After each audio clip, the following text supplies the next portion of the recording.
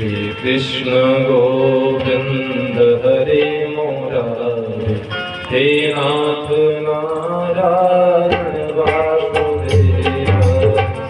कृष्ण गोविंद हरे मुरारे, हे नाथ नारायण वासुदेव। हे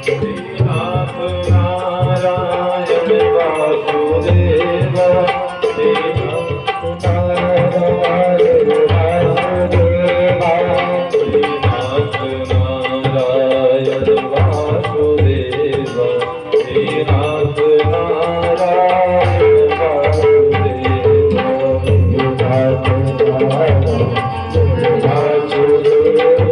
हे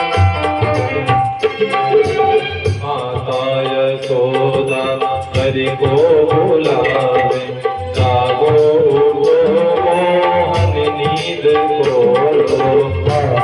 यशोदा हरि को बुलावे, जागो उठो मोहन नींद खोलो। यशोदा हरि को बुलावे, जागो उठो मोहन नींद खोलो। यशोदा हरि को बुलावे, जागो उठो मोहन नींद खोलो। काली रमाती तुमको पुकारे, हे नाथ नारायण वासुदेव।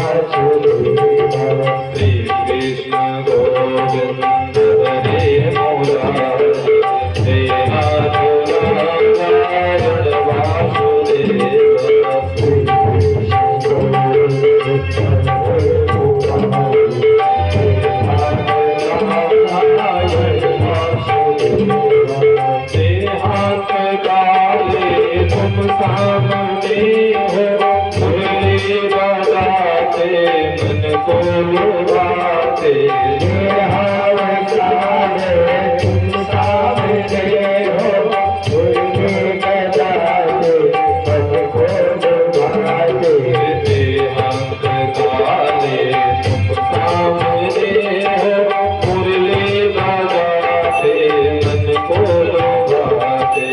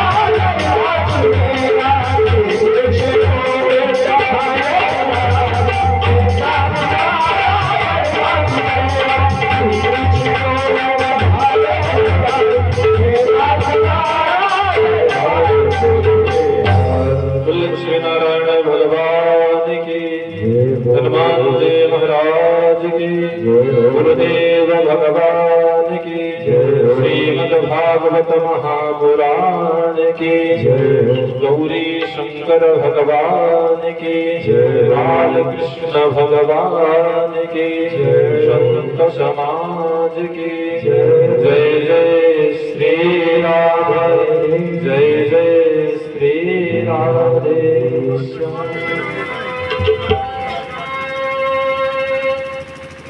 कल हम आप सबने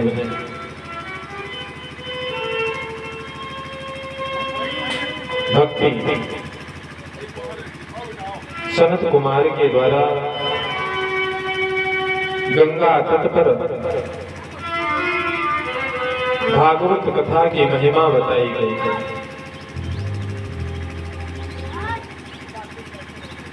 और सनत कुमार भागवत की महिमा गा ही रहे थे, उसी समय बड़ा आश्चर्य हुआ। भक्ति सुतौ तौ तरुणो गृहीत्वा प्रेमई करो सहसां विराते। श्री कृष्ण गोविंद हरे मुरारे, नाथेति नामानि मोह वदन्ति।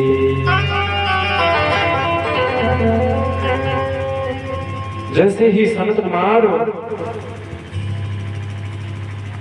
भागवत कथा की महिमा बता ही रहे थे, उसी समय भक्ति मैया प्रकट हो गई। और अकेले नहीं प्रकट हो गई, भक्ति सुतौ तौ तरुणो गृहीत्वा, अपने सूत्र के साथ में तारुण्य हो करके अपने पुत्रों के साथ में प्रकट हो गई। जिनको नारद जी वृद्धावस्था में, अचेतावस्था में वृंदावन में छोड़ करके आए थे,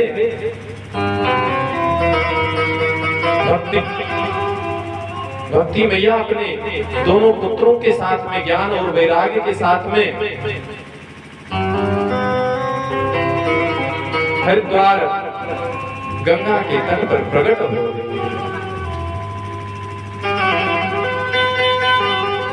भक्ति मैया ने कहा कि प्रभु मैं कहाँ बैठूं? सनत कुमारों ने कहा जितने भी श्रोता वृंद हैं, जितने भी भक्त वृंद हैं, जितने भी संत वृंद हैं, सबके हृदयस्थ में आप विराजमान हो जाइए। राधे राधे।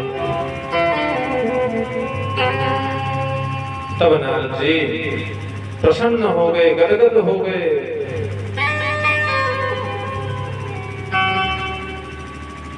सनकादि मुनि कहते हैं,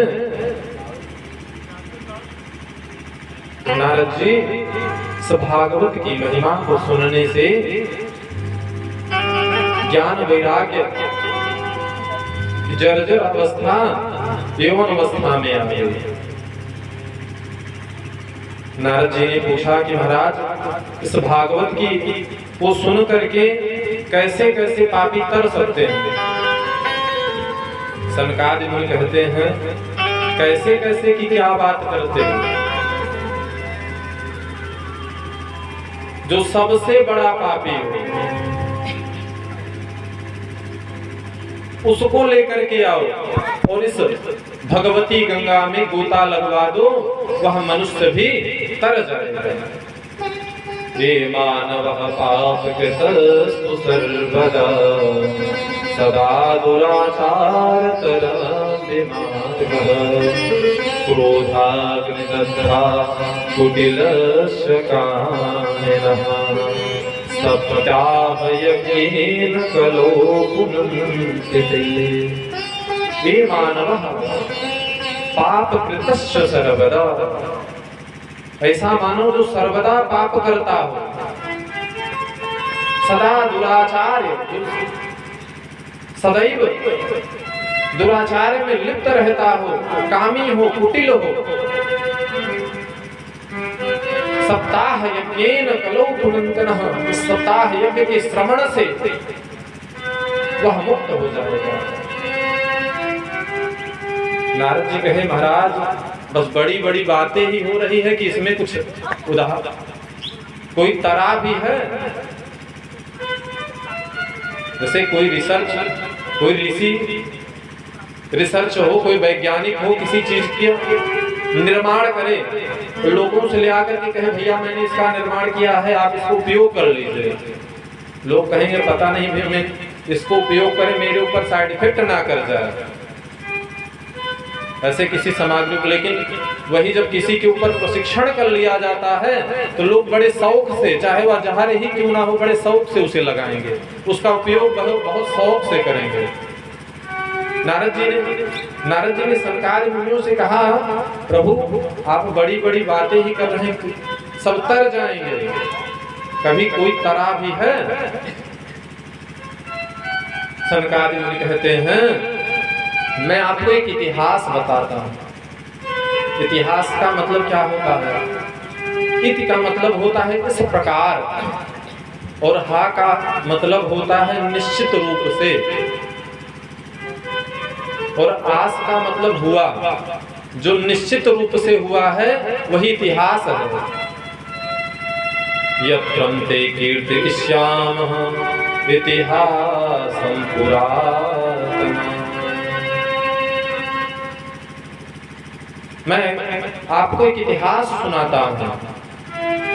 तुंगभद्रा तटे पूर्वे मदभूत्वा पत्रमोत्तमम् पत्रवर्णो स्वधर्मेण सप्त शक्त सुतरः। हे नारद जी, तुंगभद्रा नदी के तट पर उत्तम नामक एक नगर, जहाँ एक ब्राह्मण देवता रहा करते थे जिनका नाम आत्मदेव हुआ था। आत्मदेव जी बड़े ही ज्ञानी थे।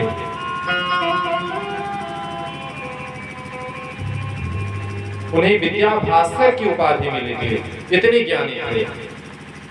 पर उनकी जो देवी जी थी वह धुंधली देवी, उनका नाम धुंधली था, जो सदैव कृपणा कलह प्रिय,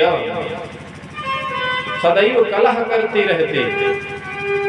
आत्मदेव जी तो बड़े ज्ञानी, पर देवी जी कलह प्रिय, किसी भी देवी देवता को नहीं मानते। ब्राह्मण देवता कुछ कहते तो उसका अनर्थ ही निकालते।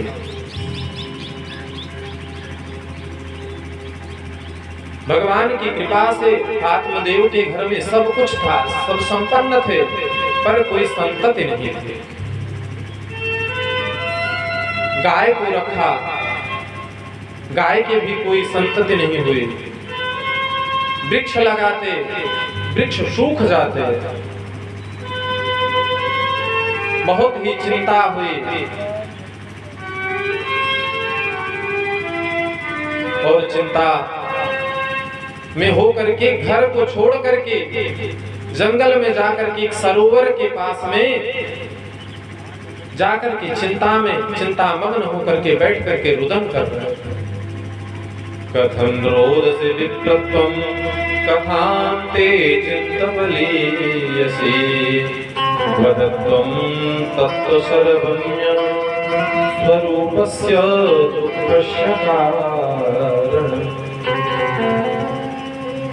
आत्मदेव जी रो रहे थे, तो एक संत भगवान वहीं से निकल रहे थे, तो सोचे कि कोई ब्राह्मण देवता यज्ञोपवीत धारण किए हुए, ललाट पर सुंदर तिलक,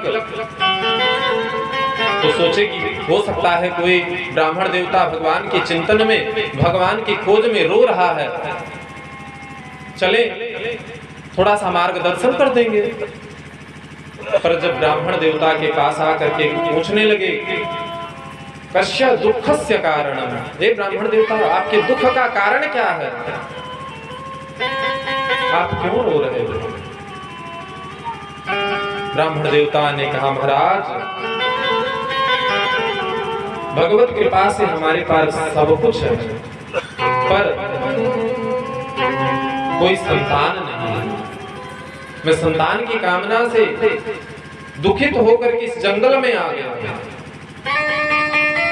महात्मा जी ने सोचा कि गजब फंस गया भैया, आया था कि हो सकता है भगवत कृपा भगवान को पाने के लिए रो रहा है, पर यहाँ तो बेटा बेटी के मोह में फंसा हुआ है। महात्मा जी ने कहा, क्यों व्यर्थ में चिंता करते हो?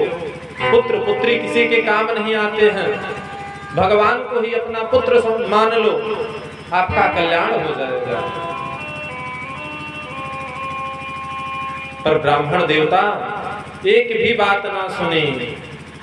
मुंच ज्ञानम प्रजारूपम बल निष्ठा कर्मणो गतिम विवेकम तो समासात्यै त्यज्य संसार भाषण। सुनो बच्चा, कर्मों की गति बलवान होती है, जो किस्मत में लिखा है वही मिलेगा, वह सब पूर्व निर्धारित है। इसलिए संन्यासे सर्वतम सुखम, संन्यास में सर्वत्र सुख मिलता है, इसलिए संन्यास का मार्ग पकड़ो।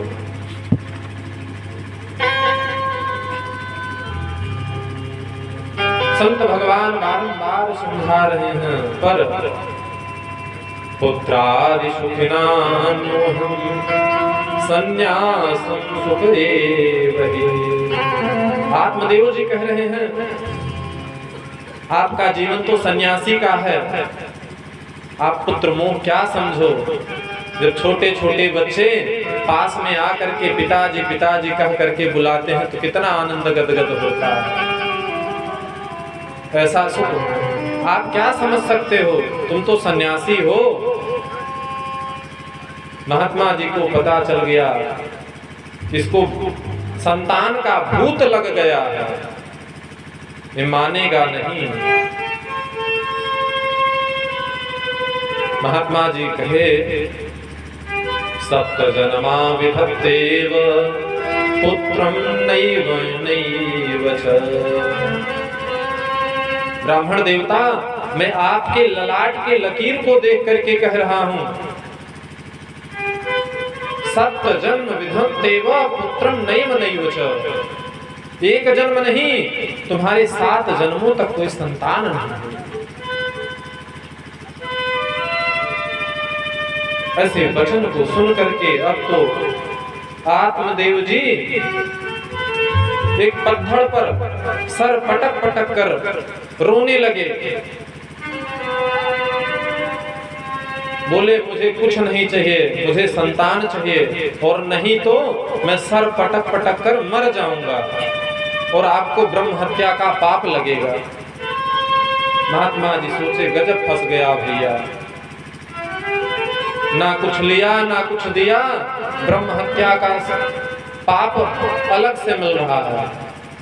महात्मा जी ने अपने झोली से एक फल निकाला, आत्मदेव जी को दिया, बोला जा करके अपने पत्नी को खिला देना, इससे निश्चित ही आपके वंश का विस्तार होगा। आत्मदेव जी घर आकर के अपने पत्नी को कहा कि इस फल को खा लेना, और धुंधली देवी उस फल को लेकर के विचार करने लगी कि अगर मैं फल खा ले तो हमारी गर्भ हो जाएगा। जब गर्भ हो जाएगा तो मैंने सुना है सुखदेव महाराज अपने माता के गर्भ में 12 वर्ष तक रहे, और पता लगा वैसा ये भी कोई संतान हुआ तो यहाँ तो 9 महीने में दुर्गत हो जाती, मैं 12 साल कैसे झेलूंगी। आस पड़ोस में पूछा, सभी ने कहा, अरे बहन खा लो, तुम्हारे कोई संतति नहीं है, संतान आपको संतान उत्पन्न हो जाएगी, संत का प्रसाद है। धुंधली देवी विचार कर ही रही थी, उतने में ही धुंधली देवी की बहन आ गई, जो कि बड़ी गरीब थी। धुंधली ने सारा वृत्तांत अपने बहन को बताया। धुंधली देवी की बहन ने कहा कि बहन, पता नहीं संतान होगी कि नहीं होगी, ऐसा करो, इस फल का परीक्षण करने के लिए इसको गाय को खिला दो, और हमारे उदर में जो संतति है उसे मैं 9वें महीने ले आकर के तुम्हें दे दूंगी, और कुछ मुझे उसके बदले में धन देना, मैं अपने पति को दे दूंगी, उससे उनका मुंह बंद हो जाएगा। अब धुंधली देवी भैया नाटक करने लगी। जैसे जैसे समय व्यतीत होता रहा, वैसे वैसे धुंधली देवी का नाटक बढ़ता रहा कि बहुत सारा कष्ट है। और समय व्यतीत होने के बाद जब धुंधली देवी की बहन को बच्चा हुआ, तो रात में सोते ही अपना बच्चा ले आकर के धुंधली देवी के घर में प्रवेश कर दिया, ले आकर के दे दिया।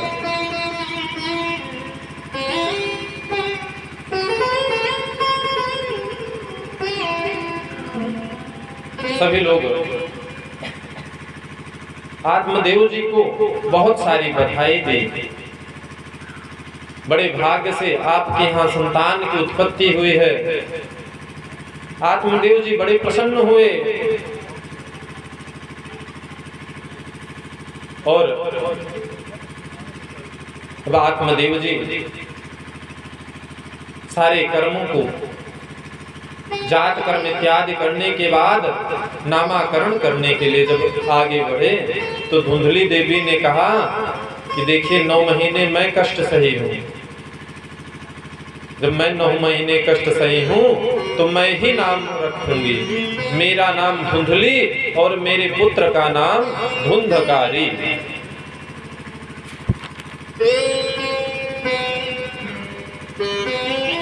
सनकादि मुनि कहते हैं, नारद जी, पुत्र जन्म के 3 महीने के बाद जिस गऊ को फल खिलाया गया था उसे भी एक संतान हुई। सर्वांग सुंदरम दिव्यम निर्मलम कनकस्तभम। आत्मदेव जी को बड़ा आनंद हुआ।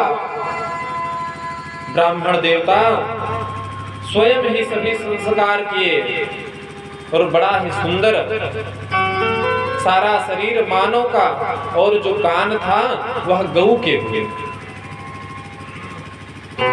सर्वांग सुंदरम दिव्यम, बड़ा ही सुंदर पुत्र प्राप्त हुआ। सभी संस्कार आत्मदेव जी ने अपने आप किया और उसका नाम गोकर्ण रखा गया। भाग्योदयो धुनां जातो आत्मदेवस्य पश्यत, धन्यं बाल्यं प्रसूतस्य देवरूपित कौतकम्। उस बालक के कान गाय के समान होने की तरह ब्राह्मण देवता ने उसका नाम गोकर्ण रखा।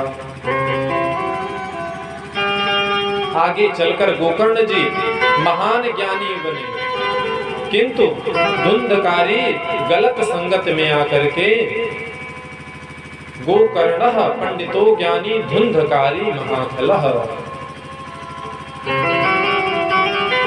बंधुओं, माता बालक को जन्म देती है, अच्छे संस्कार देने चाहिए बालक को। बचपन में जैसा संस्कार देंगे वैसा ही बच्चा होगा।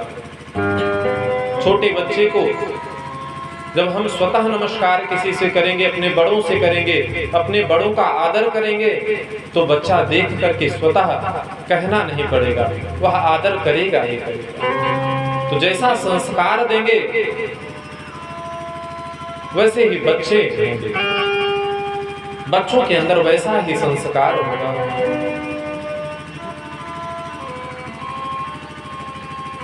विचार करने की बात है, तुंगभद्रा क्या है? यह हमारे शरीर के भीतर जो भरा हुआ है यही तुंग तुंगक स्वरूप ये हमारा शरीर ही है। और धुंधली कौन है? यह जो कुतरनी बुद्धि है, यही धुंधली देवी है। मन में आया कि चले सत्संग सुनाए। शर्मा जी के यहाँ बड़ा सुंदर भागवत का उठान हो रहा है, पर पुत्र की बुद्धि ने कहा कि नहीं, हमारे घर नहीं आए हैं, मैं कैसे जाऊं।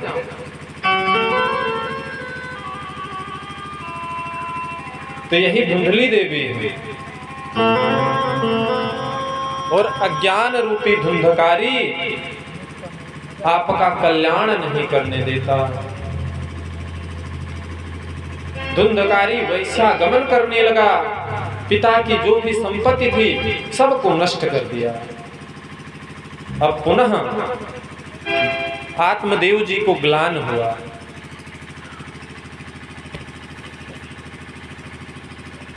पुनः फूट फूट करके रोने लगे। जब कोई संतति नहीं थी फिर भी रो रहे थे। जंगल गए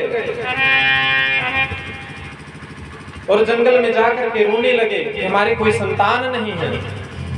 और आज संतान हो गया तो पुनः रोने लगे। संतान नहीं थी फिर भी रो रहे थे, और आज संतान है फिर भी रो रहे हैं। हमारे महाराज श्री गाया करते थे, देख लिया संसार हमने देख लिया, सब मतलब के यार हमने देख लिया। देख लिया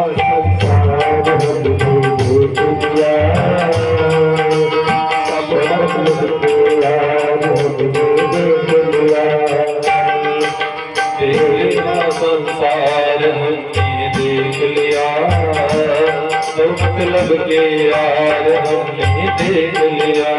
देख लिया संसार हमने देख लिया, सब मतलब के यार हमने देख लिया।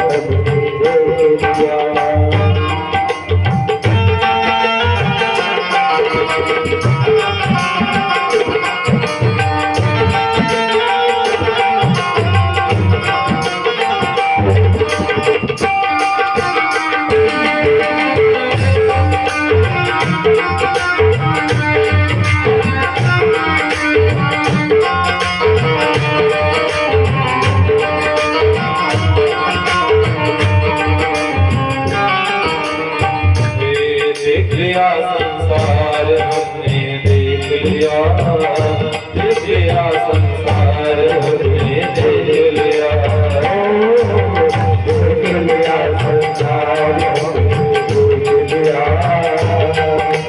सब मतलब के यार हमने देख लिया।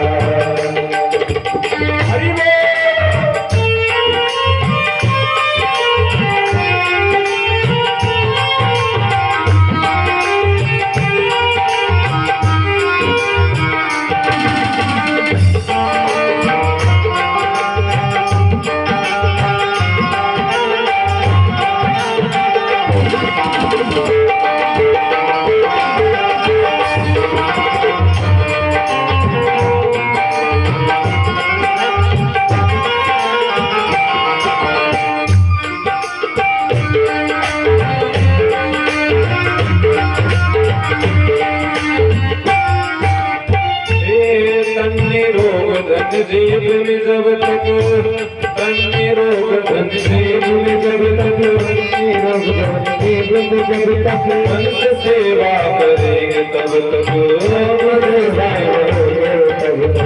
अन्य रोग धन जीव में जब तक मन से सेवा करेंगे तब तक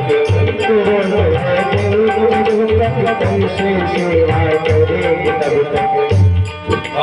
जब तक तन निरोग है तब तक सारे लोग सेवा करेंगे।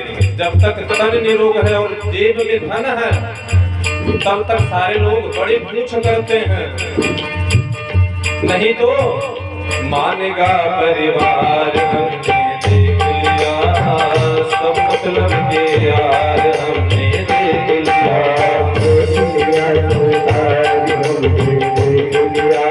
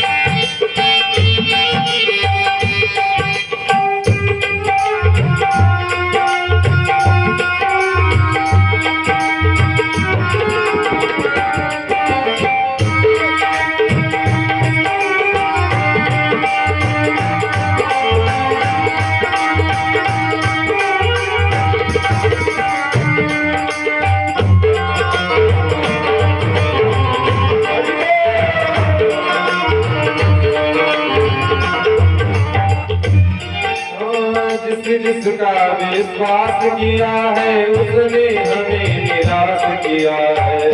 जिसका विश्वास किया है उसने हमें निराश किया है।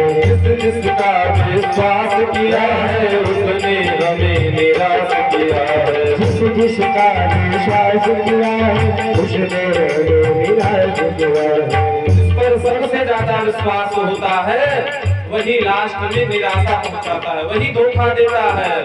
इसलिए कहना है बनकर रिश्तेदार हमने देख लिया, बनकर रिश्तेदार हमने देख लिया, सब मतलब के यार हमने देख लिया। मतलब के यार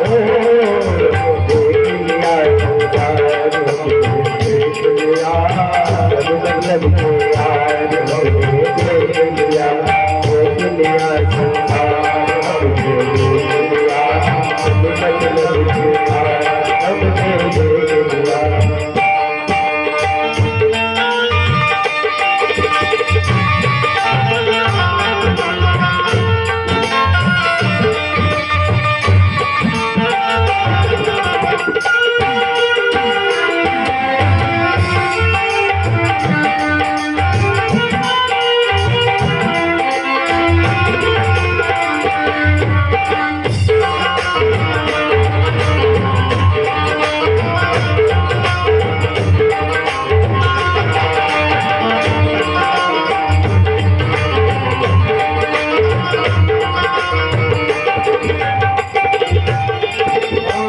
कहीं चोट लग जाए नचन को सभी समझते हैं निर्धन को।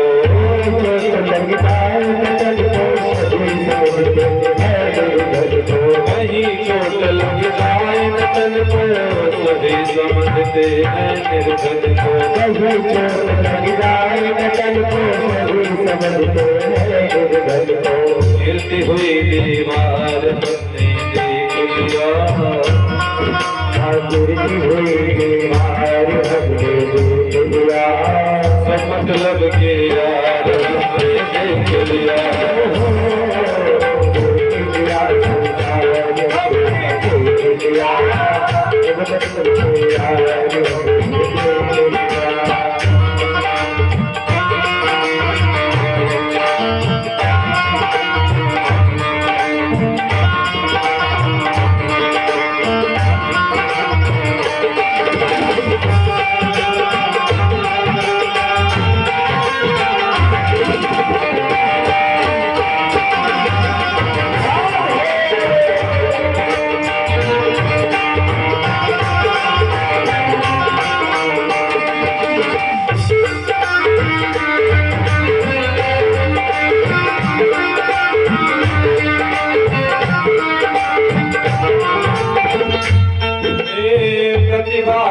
कुछ मोल नहीं है सफल से अनमोल वही है। कुछ मोल नहीं है प्रतिभा का कुछ मोल नहीं है सफल से अनमोल वही है। प्रतिभा का कुछ मोल नहीं है। अभी किसी के पास कितनी भी प्रसिद्धि हो पर उसके बारे में नहीं जानते हैं तो उसका कोई कुछ नहीं है। पर कोई बड़ी सी गाड़ी में आ रहा हो, बड़े वाले महाराज आ रहे हैं, उनके पीछे सारा संसार भाग पड़ता है। उसी तरह जिसका प्रबल प्रचार हमने देख लिया,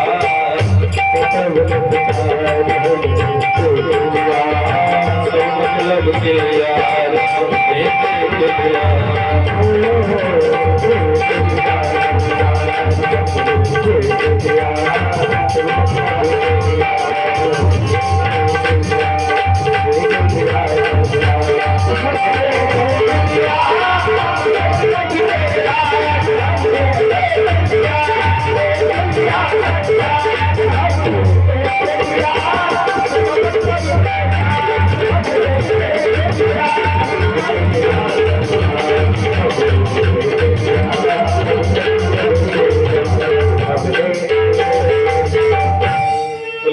कृष्ण भगवान की।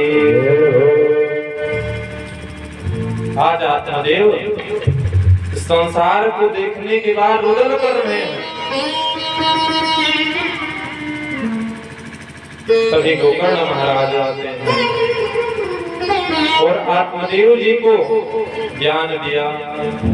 देहेन सितांशुर्धिरये विवृतं विजत्वाम् जायास्तुतो दिशु सदा ममतां विमुञ्च तस्यानिशं जगदिदं क्षणभङ्गनिष्ठं वैराग्यरागरसिको भवभक्तिनिष्ठा। हे पिताजी, इस संसार के जो भी सुख हैं वह अनिष्ट है। सुख कहीं है तो परमात्मा के शरण में है।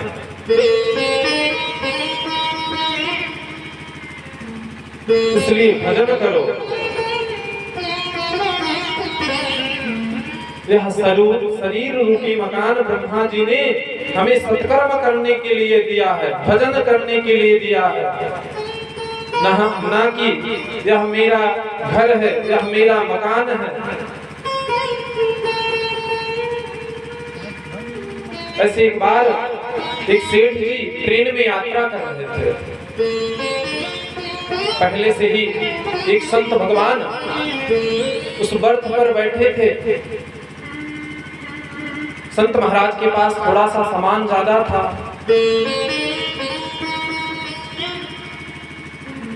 सेठ जी पहुंचे, बोले महाराज सामान अपना थोड़ा सा इधर करो, मुझे भी बैठना है।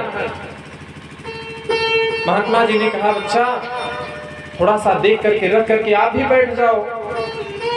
जैसे आपको चलना है वैसे हमको भी चलना है, थोड़ी सी अव्यवस्था ही सही। जैसे तैसे सेठ जी ने बैठा और बैठने के बाद सेठ जी कहने लगे महाराज जी आप कहाँ से हैं? महाराज जी अपने आश्रम का नाम बताया। सेठ जी कहने लगे आखिर महाराज संतों को इतनी सामग्री की आवश्यकता क्या है?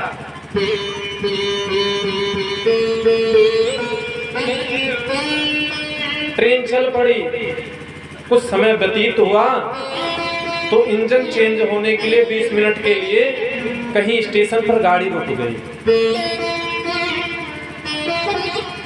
सेठ जी ने महाराज जी से कहा महाराज जी 20 मिनट ट्रेन यहाँ रुकेगी, चलिए थोड़ा सा पैर सीधा कर लिया जाए। दोनों लोग नीचे उतर पड़े और जब नीचे उतरे तो वहां जो बेंच लगी रहती है, महाराज जी ने कहा कि सेठ जी आइए बैठ करके थोड़ा सा सत्संग हो जाए। महाराज जी ने सत्संग करना प्रारंभ कर दिया और इधर इंजन लग गया, गाड़ी ने हारन बजा दिया। सेठ जी ने कहा महाराज जी गाड़ी छूटने वाली है, चलो। संत भगवान कहे अरे बैठो, पहले सत्संग हो जाए फिर चला जाएगा, गाड़ी तो फिर से आएगी। एक गाड़ी जाएगी दूसरी गाड़ी आएगी, गाड़ी आना जाना तो काम है गाड़ी का। एक गाड़ी जाएगी, दूसरी गाड़ी आएगी, दूसरी गाड़ी जाएगी, तीसरी गाड़ी आएगी। ट्रेन तो वही है। सेठ जी ने कहा, अरे महाराज जी मेरा सामान है ट्रेन में। सेठ जी ने महाराज जी से अपना हाथ छुड़ाया और भाग करके ट्रेन में चढ़ गए। पीछे से संत भगवान भी ट्रेन में चढ़ गए। सेठ जी ने कहा, महाराज आपने तो गजब कर दिया, अभी तो मेरे प्राण ही चले जाते और मेरा सामान भी छूट जाता आपके चक्कर में। महाराज जी ने कहा, आपसे ज्यादा सामान तो मेरा है, मुझे चिंता करनी चाहिए ना। आपका तो थोड़ा सामान है, सामान तो आपका भी जा रहा था तो मेरा भी तो जा रहा था, आपसे ज्यादा सामान मेरा है। संत भगवान ने कहा कि आपको उस सामान की चिंता है, सामान का मोह है, पर सामान आएगा तो मेरा कुछ नहीं है, जो दिया है परमात्मा का दिया है। सामान के मोह में मैं नहीं पड़ा हूं।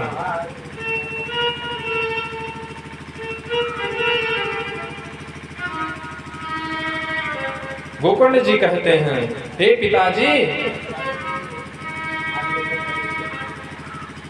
अहमता और ममता ये दोनों ही बंधन के कारण है कि यह मेरा बच्चा है, यह मेरा मकान है। इस संबंध के कारण ही हम बंधे हुए हैं। यह मेरा है, यह मेरा है।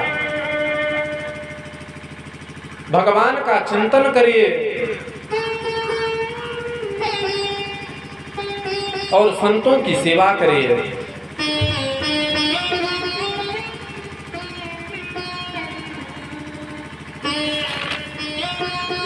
अपने पुत्र से सुंदर वचन को सुन करके 60 वर्ष की आयु की अवस्था में गृहम विहाय, गृह को छोड़ करके वन में चल पड़े।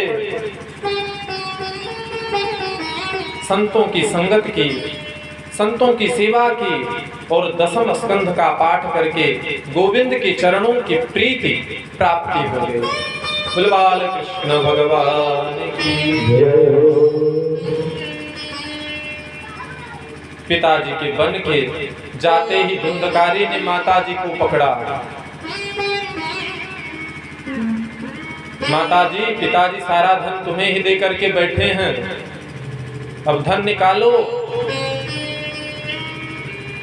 माताजी को आज बड़ा कष्ट हुआ।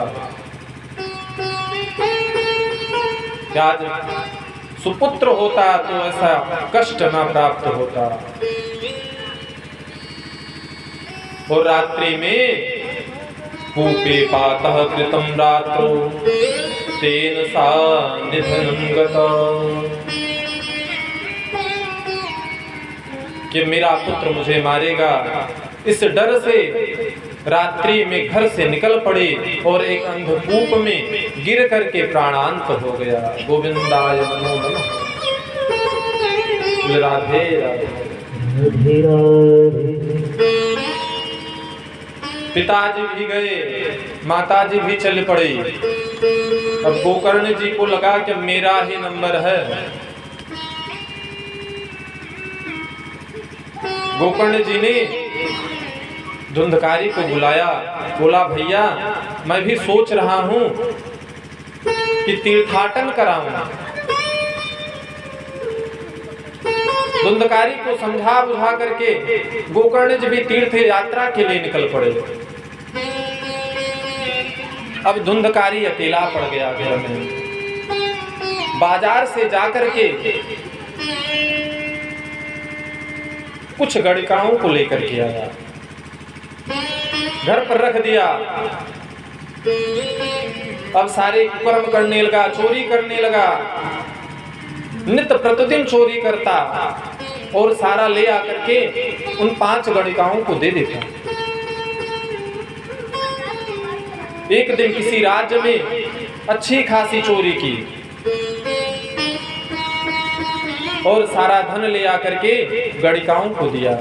सबने मन में विचार किया कि बहन बहुत सारा धन हो गया है, कभी किसी दिन यह पकड़ा जाएगा तो यह हमारा नाम जरूर लेगा कि मैं सारा धन इन्हीं को ले आकर के देती हूँ।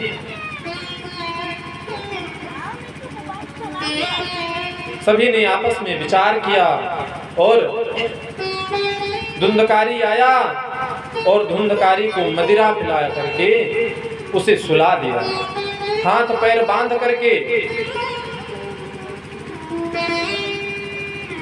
धुंधकारी का गला दबाया। धुंधकारी जैसे ही चिल्लाया तो एक दौड़ करके गई, चूल्हे से आग का अंगार लेकर के आई और मुख में भर दिया। तप्तांगार समूहस्य तन्मुखे ही विलक्षुपः अग्निज्वाला विदग्धेन व्याकुलो निधनं गतः। आग के अंगारों से विकल होकर के तड़प तड़प करके मर गए। सभी ने गड्ढा खोद करके धुंधकारी को उसी घर में दफना दिया और सारा धन लेकर के अपने अपने घर को चले गए। जब गोकर्ण जी को पता चला कि हमारे भाई की भी मृत्यु हो गई है, तो गोकर्ण जी जाकर के गया में श्राद्ध किया और जब कुछ समय व्यतीत हुआ तो गोकर्ण जी ने सोचा कि चल करके घर पर देखूं कि घर की कैसी हालत है। जब घर पर आकर के जब घर आए तो सायंकालीन बेला हुई, तो गोकर्ण महाराज सोचे कि गांव में किसी को क्यों परेशान करूं, अपना ही घर है, यही विश्राम कर लेता हूं। थोड़े से स्थान को साफ किया और आसन लगा करके शयन करने लगे, भगवान का स्मरण किया और शयन करने लगे। मध्य रात्रि को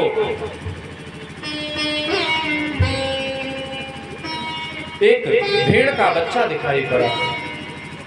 देखते ही देखते वह बच्चा भैंसा बन गया, देखते ही देखते वह गधा बन गया, वह मानव बन गया और जोर जोर से रोने लगा। गोकर्ण महाराज देखते ही रह गए। गोकर्ण महाराज ने पूछा, तुम कौन हो भैया? फिर भी वह रोता ही रहा, जोर जोर से बोलने का प्रयास तो करता पर बोल नहीं पाता।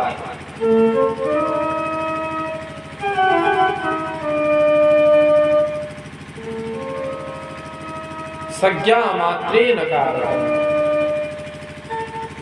बस इशारा ही करता, कुछ बोल ही नहीं पाता।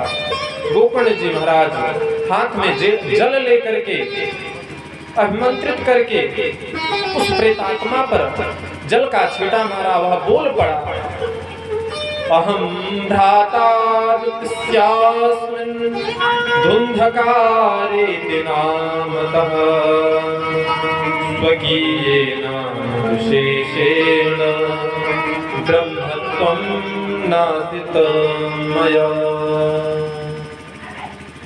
भैया, मैं आपका भाई धुंधकारी हूँ,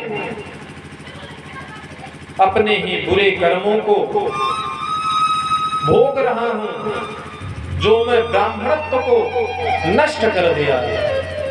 जैसे आज हम सब इस ब्राह्मणत्व को नष्ट कर दिए, यज्ञोपवीत धारण छोड़ दिया, शिखा रखना बंद कर दिया, तिलक लगाना बंद कर दिया, ब्राह्मणत्व को छोड़ करके हम सब भी उसी राह पर चल पड़े हैं। आजकल के बच्चों को यज्ञोपवीत धारण करने में शर्म आती है, चंदन लगाने में शर्म आती है, शिखा रखने में शर्म आती है।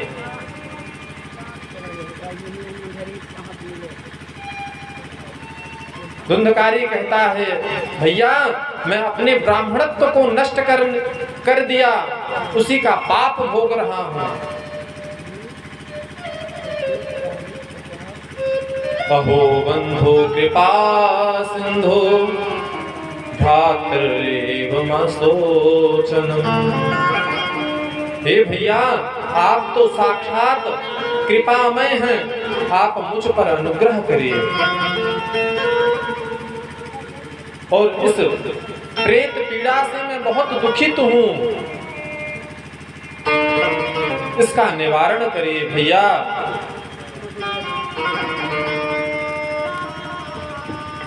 गोकर्ण महाराज ने कहा, भैया अभी तुम जाओ, मैं इसका उपाय जरूर करूंगा।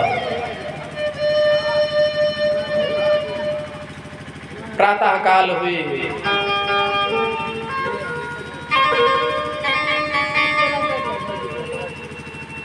सभी गोकर्ण जी ब्राह्मणों को बुलाया, सभी ब्राह्मणों से उपाय पूछा, पर किसी को कुछ समझ में नहीं आ रहा था क्या किया जाए। तो गोकर्ण महाराज भगवान सूर्य नारायण का स्मरण किया। तुभ्यं नमो जगत साक्षितेन ब्रूहिम्य मुक्तेश्च हेतुकम् यदक्षता दूरितः सूर्यः स्फुटत्वमित्त्वं मम भाषयित्वम्। हे जगत के प्रत्यक्ष नारायण भगवान सूर्य, अब आप ही बताएं कि मेरे भाई की मुक्ति कैसे हो।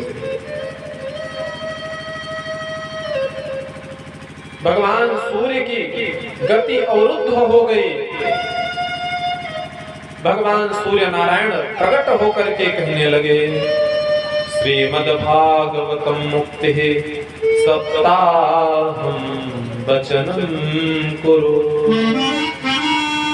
प्रिय गोकर्ण, अपने भाई को भागवत कथा का श्रवण कराओ, निश्चित रूप से मुक्त हो जाएगा। गोकर्ण जी गदगद हो गए। आषाढ़ का महीना आया, दिव्य कथा का आयोजन किया गया। जिसको पता चला सब दौड़ दौड़ के आने लगे। वैष्णवं ब्राह्मणं भक्तं श्रोतारं परिकल्पसः। वैष्णव ब्राह्मण ऋषि सब दौड़ दौड़ करके आने लगे। समस्त श्रोता समुदाय, संत समुदाय दौड़ दौड़ कर गोकर्ण जी के पास पहुंचे, जहां पर गोकर्ण महाराज कथा का आयोजन किए थे। समस्त श्रोता अरविंद के बीच में मंच लगाया गया और वक्ता के रूप में गोकर्ण जी स्वयं बैठे। एवं सप्तदिनस्यैव सप्तग्रन्थि निवेदनम्।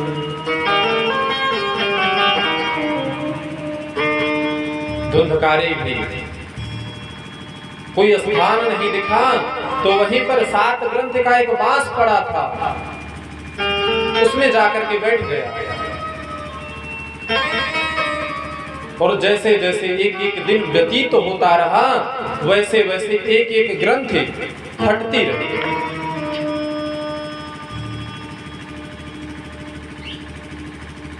सप्त ग्रंथि विभेदनम।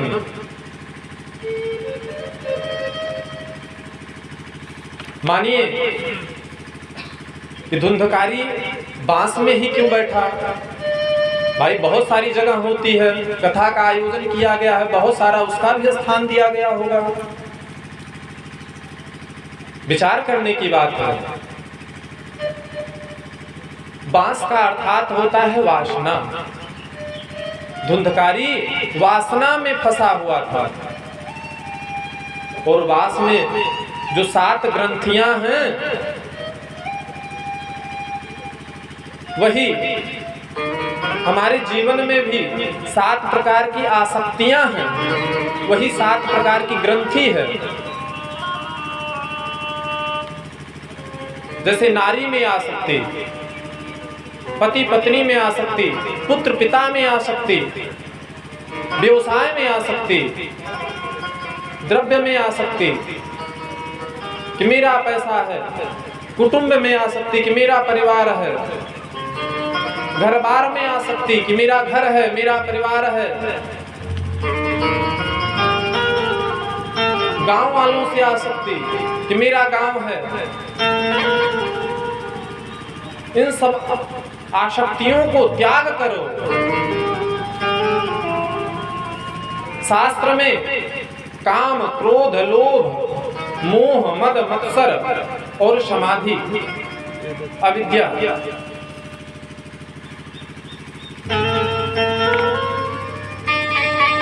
तो यही 7 प्रकार की गांठ कहा गया है।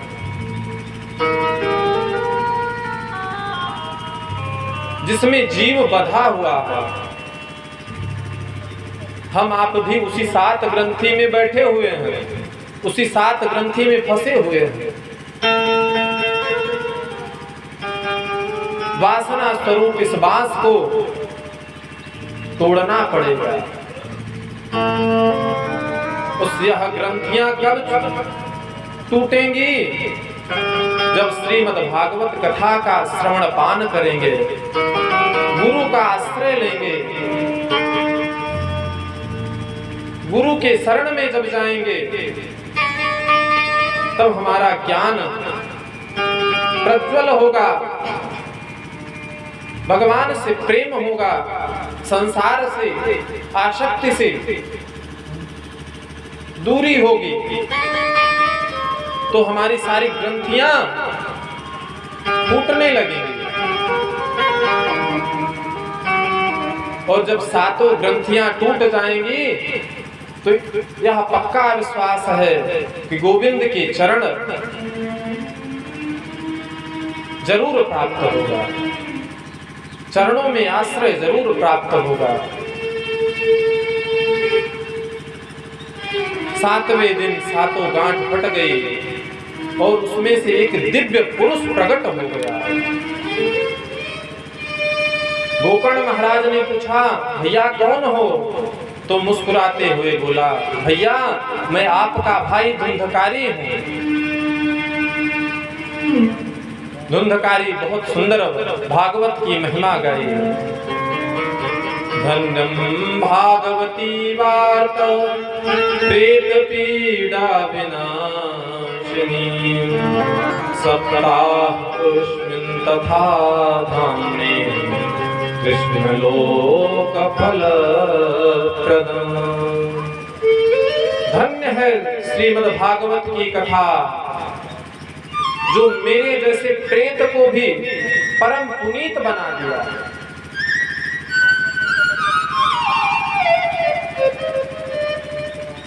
जैसे भयंकर गर्मी पड़ रही हो, कोई लंबी यात्रा से आवे और उसे शीतल जल मिल जाए या कोई सरोवर मिल जाए और उसमें डुबकी लगा करके उसके शरीर से सारी धूल, सारे कण मिट जाते हैं, उसका शरीर शीतल हो जाता है। उसी प्रकार श्रीमद् भागवत कथा को श्रवण करने से हमारा शरीर निर्मल हो जाता है।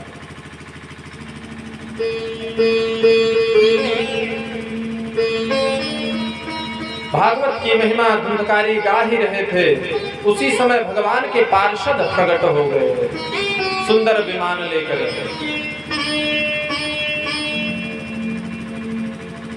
भगवान के पार्षदों ने कहा, भैया चलो। जैसे ही धुंधकारी विमान में बैठने के लिए आगे बढ़े, गोकर्ण महाराज ने पूछा, भैया आप कौन हैं? अत्रम बहवः शान्ति श्रोतारो मम निर्मलः अनीतानि विमानानि न तेषां युगपत्। यहाँ तो हजारों श्रोताओं ने भागवत कथा सुनी, पर एक ही विमान लेकर के क्यों आए? भगवान के पार्षदों ने कहा, भैया गोकर्ण, विमान तो सबके लिए लेकर के आता, पर कथा तो सिर्फ धुंधकारी ने ही सुनी। श्रवणस्य विविक्षेदेन फलभोग्यत्र संस्थितः श्रवणं तु कृतं मन्ये तथा मननं कृतम्। भगवान के पार्षद कहते हैं, कथा तो सबने सुनी, पर चिंतन और मनन सिर्फ धुंधकारी ने किया। इसलिए एक ही विमान लेकर के आया।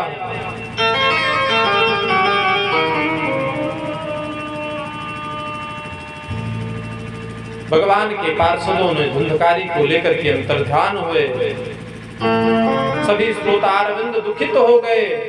गोकर्ण महाराज ने कहा, चिंता ना करो, इस बार पुनः कथा का आयोजन होगा, पर इस बार सब सावधान रहना। श्रावण मास आया, पुनः भव्य आयोजन किया गया, और इस बार सब श्रोता समुदाय सजग थे, सावधान थे।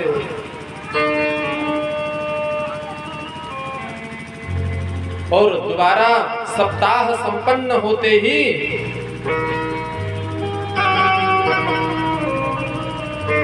जितने श्रोता उतने विमान आकाश में प्रकट हो गए।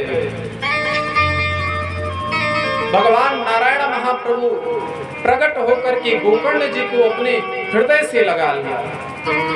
अयोध्यावासिनः पूर्वं तथा रामेण संगतः तथां कृष्णेन ते नीतां गोलोकं योगी दुर्लभम्। जैसे श्री राघवेंद्र महाप्रभु के साथ में समस्त अवधपुरवासी साकेत को पधारे थे, वैसे ही आज गोकर्ण महाराज के साथ में समस्त श्रोता समुदाय भगवान के गोलोकपुर धाम को प्रस्थान किए। बोले बाल कृष्ण भगवान की जय हो।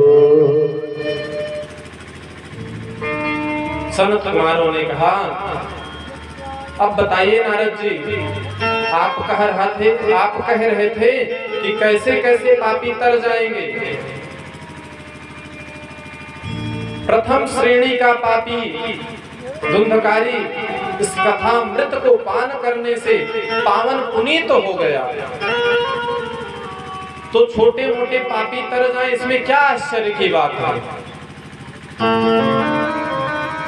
सुनकर नारद जी गदगद हो गए।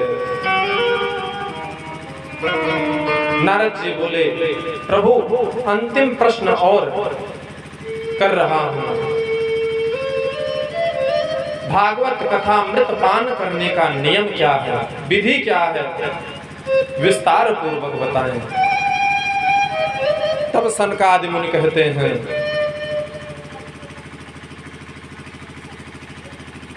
जब सकाम अनुष्ठान करें तो सुंदर किसी ज्योतिषी के पास जाकर के सुंदर मुहूर्त निकलवाना चाहिए, और निष्काम अनुष्ठान करें तो कभी भी किसी भी क्षण